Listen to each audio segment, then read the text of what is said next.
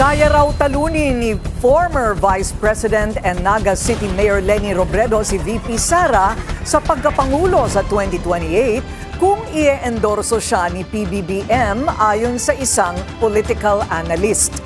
Pero posible bang mangyari ang alyansang ito? Yan ang agenda report ni George Cahiles. Nakatakdang magkita sina Pangulong Bongbong Marcos at dating Vice President Leni Robredo sa Naga City sa Sabado. Ilang araw matapos i-anunsyo ni Vice President Sara Duterte ang kanyang planong tumakbo sa pagkapangulo sa 2028. Trabaho lang daw ito dahil tungkol sa flood control program sa lungsod ang pag-uusapan ng dating magkatunggali noong 2022 presidential elections.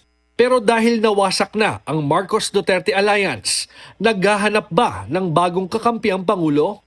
Sa At the Forefront ng Billionaire News Channel, sinabi ni political scientist Antonio Contreras na kung gaganapin ang presidential elections ngayon, tanging si Leni Robredo na may endorsement mula kay PBBM ang maaaring tumalo kay Sara Duterte.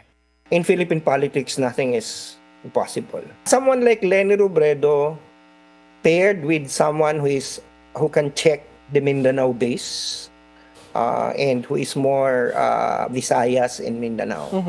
Pero dahil consistent ang naging pahayag ni Robredo na wala siyang planong tumakbo sa pagkapangulo sa 2028, anang dating niyang tagapagsalita na si Attorney Barry Gutierrez, ang unang balakid ay ang mabago ang isip nito. Bagamat ang pagkikita raw ni Marcos at Robredo sa Naga sa Sabado ay oportunidad na mapag-usapan ng maraming bagay, mahirap pangunahan kung mababanggit ba ng Pangulo ang usaping 2028. Ang reaksyon naman ng palasyo sa posibleng Leni-PBBM Alliance. So ang lumalabas sa opinion ni Professor Antonio Contreras ay ex or former VP Leni versus VP Sara.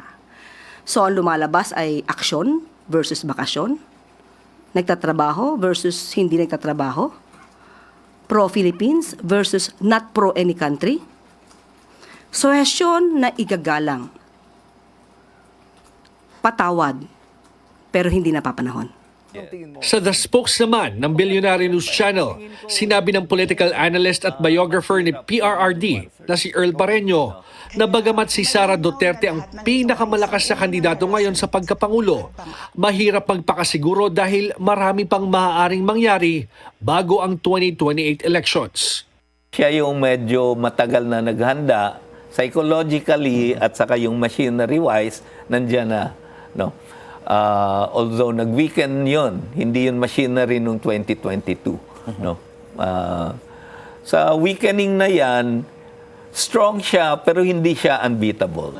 Maraming mga pangalan na ang lumulutang na posibleng maging katambal ni VP Sara sa 2028. Kasama na ang kapatid ng Pangulo na si Senator Amy Marcos, Baguio City Mayor Benji Magalong at Senator Bongo.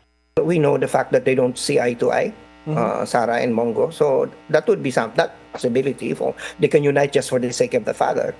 Dapat rin daw maging maingat si VP Sara sa paggamit ng flood control scandal para tuluyang bakbakan si PBBM at kung sino man ang i-endorso nito.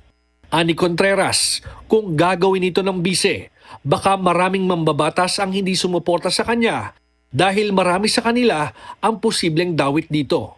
If she's going to weaponize it, then she can kiss goodbye in terms of enlarging her base. Sa daming hinaharap ng pamilya Duterte ngayon, mula sa impeachment complaint at plunder cases laban kay VP Sara at sa pag-usad ng kaso laban kay FPRRD sa ICC, walang kasiguraduhan kung ano ang kanilang magiging kapalaran, kung sa Malacanang ba uli o sa kulungan. Para sa agenda, George Cahiles, Billionaire News Channel. Manatiling nakatutok sa Billionaire News Channel. Sumubaybay sa aming social media accounts at mag-subscribe sa aming YouTube channel para sa mga bago at eksklusibong balita.